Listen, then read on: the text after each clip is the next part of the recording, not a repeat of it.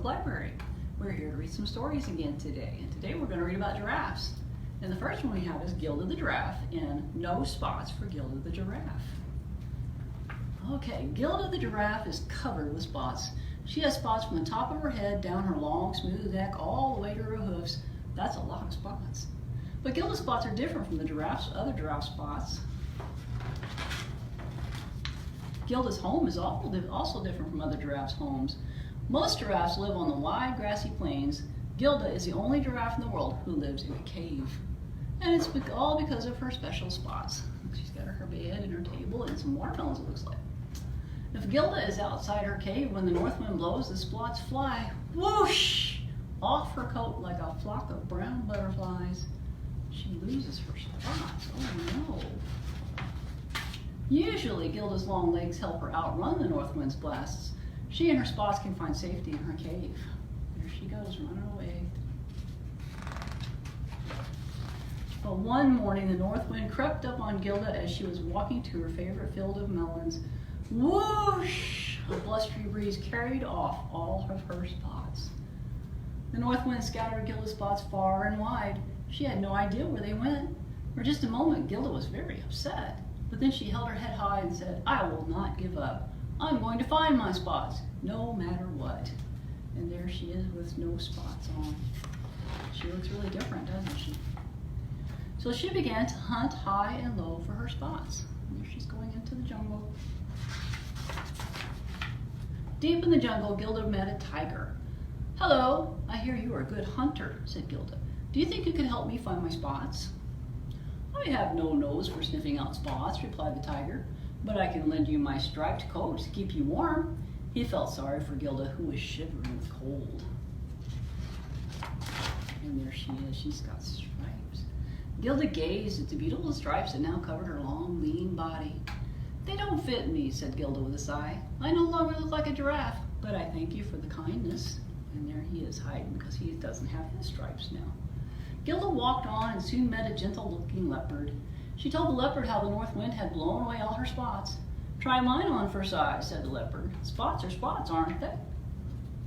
Seems like it, doesn't it? Spots are spots, but there she is. Along with his spots, the leopard also let Gilda try on his whiskers. Achoo! The prickly whiskers tickled Gilda's nose. "I think your spots look better on you," said Gilda. "The whiskers just aren't for me, but I thank you for your kindness." There she is with all those leopard spots, and there he is up in the tree. Gilda walked on and soon saw her friend Papaya the panda. She told Papaya how the north wind had blown away all her spots. There he is. Papaya felt sorry for the poor, sad giraffe. He let Gilda try on his black and white coat. "Two colors are better than one," said Papaya. "Lovely," said Gilda, but their fur was hot and it made her sweat. And there she is, and look, he's all white now. "Your coat looks better on you," said Gilda, "but I thank you for your kindness." Gilda walked and walked and she finally came to the edge of the sea. She hadn't found a single spot. Still, she wasn't ready to give up. "Have you seen my spots?" she asked the fish. Oh, the fish, and there's an octopus.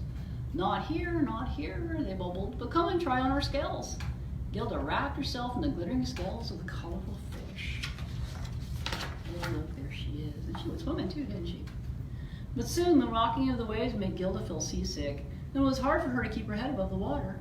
"Thank you," said Gilda sadly, "but your scales look better on you." Gilda turned away from the seashore and soon came upon Xander the zebra, who was prancing and playing. "Have you seen any giraffe spots lying around?" asked Gilda. "No spots," said Xander, "but why don't you try on my stripes?" Gilda examined her new look. "I'm afraid I will stretch them out on my long neck. Thank you for your kindness, but your stripes look better on you." There she is, and there's Xander. Without his stripes, he just looks like a horse, doesn't he? Still shivering, Gilda kept walking until she came to a rocky hill. A little chameleon was sitting on a stone, busily changing colors. There he is. "There you are," said the chameleon. "I've been waiting for you." "Are you going to lend me your colors too?" asked Gilda. The little chameleon laughed. No, she said. "I wanted to show you," said the chameleon. "I have found one of your spots. It was blown here this morning by the north wind. I've been waiting for the right giraffe to come along and claim it." There's a little spot on her. "My spot!" cried Gilda. "My wonderful, beautiful spot." Gilda thought about all the different coats her friends had let her try on.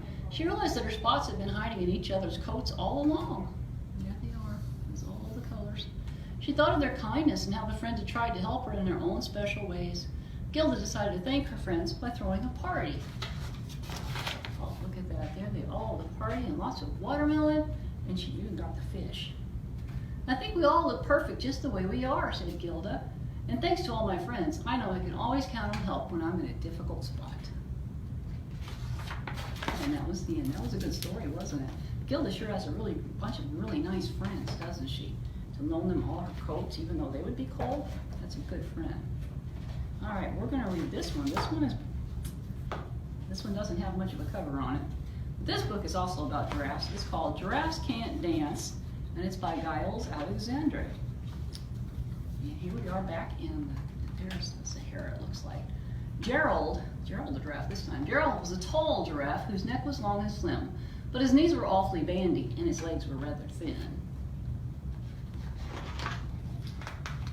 He was very good at standing still and munching shoots off trees, but when he tried to run around, he buckled at the knees. There he's buckled and he fell. Oh, poor Gerald.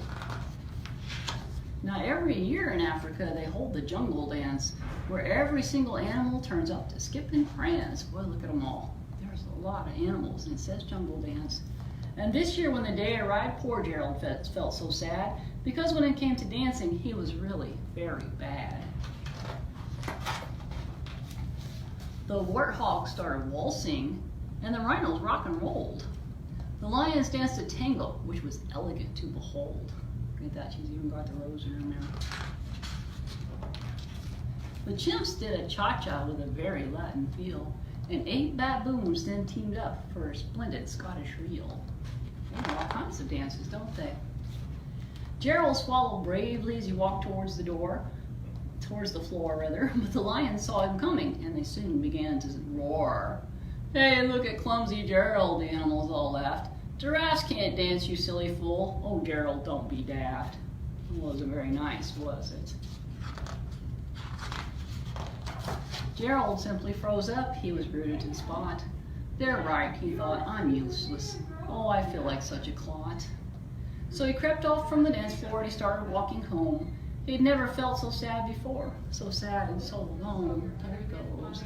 It wasn't very nice of the animals to make fun of him, was it? Then he found a little clearing and he looked up at the sky. The moon can be so beautiful, he whispered with a sigh. Excuse me, coughed a cricket. You see the little cricket? Who'd seen Gerald earlier on. But sometimes when you're different, you just need a different song. Listen to the swaying grass and listen to the trees. To me, the sweetest music is those branches in the breeze. And there's Gerald, just got his eyes closed and he's listening. He's got nice ears for listening. So imagine that lovely moon is playing just for you. Everything makes music if you really want it to. With that, the cricket smiled and picked up his violin. Then Gerald felt his body do the most amazing thing. His hooves had started shuffling, making circles on the ground. His neck was gently swaying, and his tail was swishing around. There's his tail swishing around, and his hooves. He's got his eyes closed still. He's enjoying the music, isn't he? He threw his arms out sideways and swung them everywhere. Then he did a backward somersault and leapt up in the air. Look at that. Giraffe doing a somersault. That's awesome. Gerald felt so wonderful. His mouth was open wide. I'm dancing. Yes, I'm dancing. I am dancing, Gerald cried.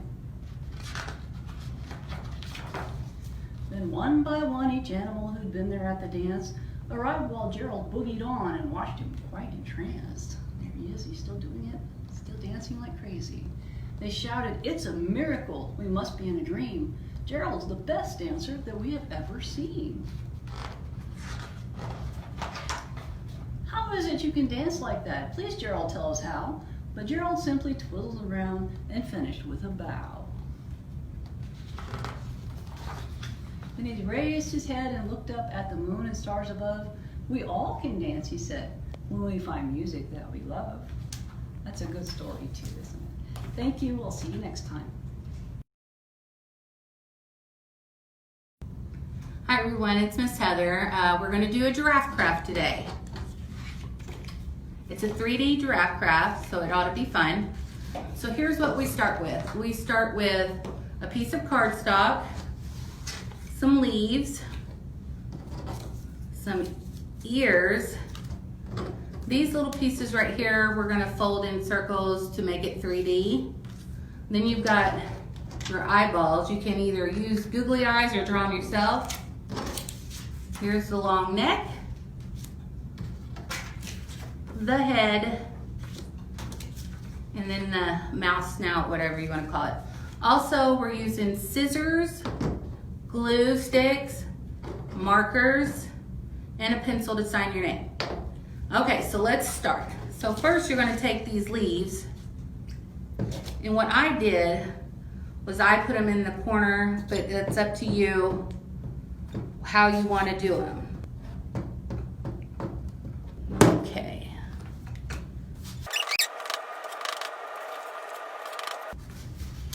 Should look like something like that. Okay, so next we're going to put on the neck.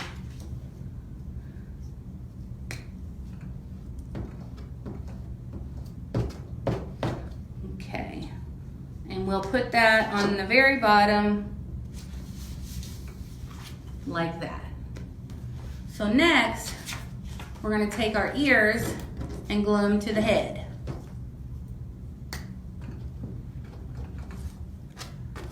I put mine on the front, but you can put yours on the back, whichever's best for you.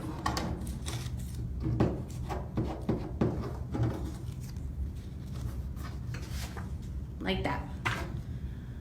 Okay, so then we're gonna do the eyes.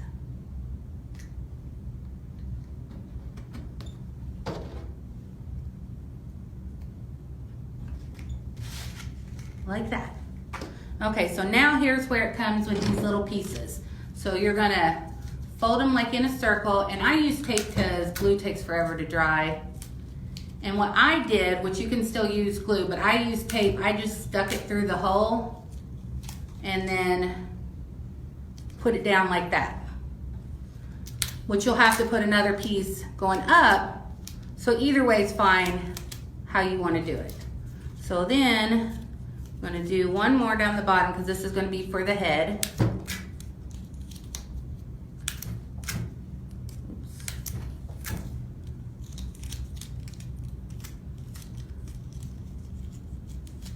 Okay, so down here. All right, so it should look like that. So I'm going to take the head and put it on the tape. So then you have it kind of a 3D. So then you're going to take one more piece, and this is for the snout, and you're going to tape it together and put another long piece on top and another long piece on bottom. And so you're going to tape it to the face like that, and then you just put your snout on there. And there you go. If you have any questions, give us a call. If you would like to do the craft and you need the pieces, you can call the library. You all have a good day.